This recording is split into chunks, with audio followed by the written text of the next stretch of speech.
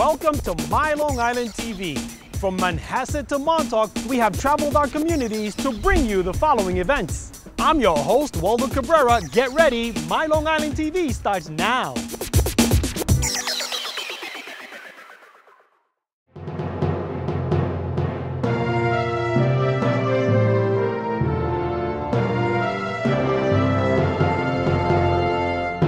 This is the 37th annual Hampton Classic Horse Show. This is the premier hunter-jumper horse show in America and one of the top horse shows in the world. We have approximately 1,600 horses from all over the country and other countries as well competing here, and riders ranging from young children on ponies right up to Olympic gold medalists. We give away over $600,000 in prize money, including $250,000 in our main event, the FTI Grand Prix and FEI World Cup qualifier. Also, we have the best show facility you will find anywhere. This Grand Prix ring right behind me is unique in that it's a large grass field, it's flat, and it's a chance for horses to get in there and really open up and gallop sometime while they compete, including over these permanent obstacles. So the riders love that because not many horse shows present an opportunity like that. We're a benefit for Southampton Hospital as well as other charities, and we've given away well over $1 million to Southampton Hospital over the year. And the Sunday of Labor Day weekend is our final day. 8 days of competition, 1,600 horses here competing. Over the course of the week, we get an attendance of spectators, not counting the horse show people, just paid admissions, between 50 and 60,000. Our big day is always Grand Prix Sunday, of course, where we have about between 10 and 15,000 in spectator attendance. People come here from, as we said, all over the country and other countries. They stay in hotels, they rent homes, they go out to dinner. So many millions of dollars are spent in this local community in the Hamptons during the Hampton Classic. I have 18 horses here, so between what I'm riding and my customers, I have 5 customers that are competing here at the Hampton Classic, so it's a busy week for us. Coming to the Hampton Classic is always an exciting point of the year. It's our top show here in America, and it's quite meaningful to gallop out on the Grand Prix field, so I'm always looking forward to coming out to this week. As a junior, I was very successful here and won quite a few of the junior classics and Grand Prix, but I've never been able to win the Sunday Grand Prix. I've won the Friday, I've been placed second, third, all in the top 10, but not the first place in Sunday's Grand Prix, so I'm hoping to make this the first.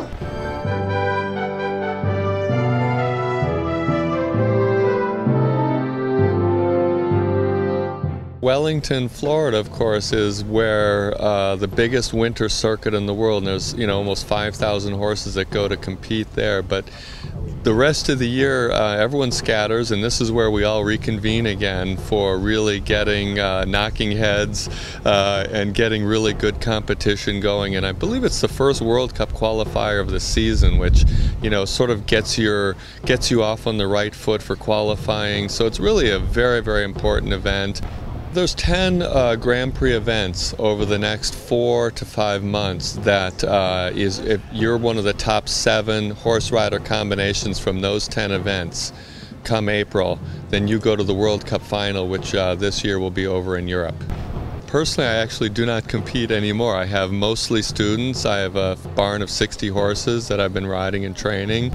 Last Olympics was in Athens, and I won a gold and silver medal there, and I've tapered off my competing less and less since, and I'm really interested in helping the next generation of riders develop and come along. There's a big gap between where our elite riders are now and the next generation of riders coming up. So I'm really interested to see that next level, and I want to see our country do really well.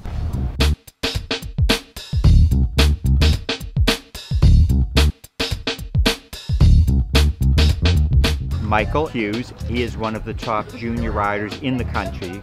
He really is. He's won lots of major junior titles and events. Is it a 50-50 man-horse combination, 60-40? What is it? I'd say about 60-40. The horse does a lot for you.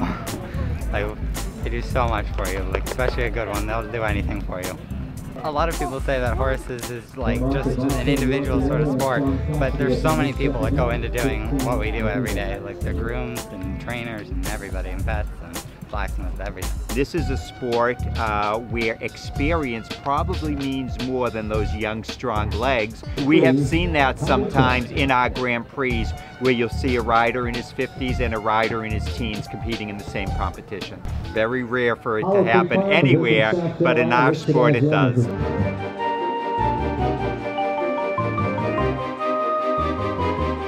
This is sort of the closing of the summer.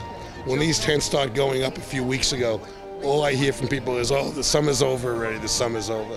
So when it happens and the weather's great like this, there's nothing better.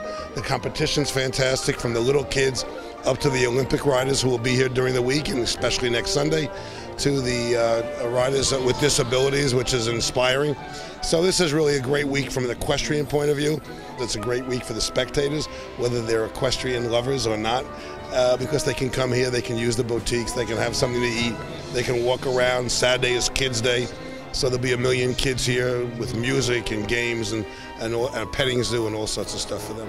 2,100 horses come here in 1,700 stalls, and some stalls are used horse comes, horse goes.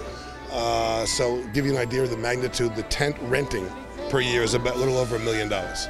Our calculation is that we bring in $30 to $40 million a year into the economy in terms of jobs, in terms of buying power.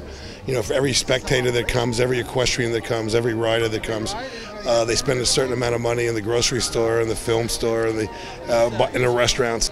I ran into Albie McCoy this morning, who owns a gas station down the street, and he said thank you, because he's packed.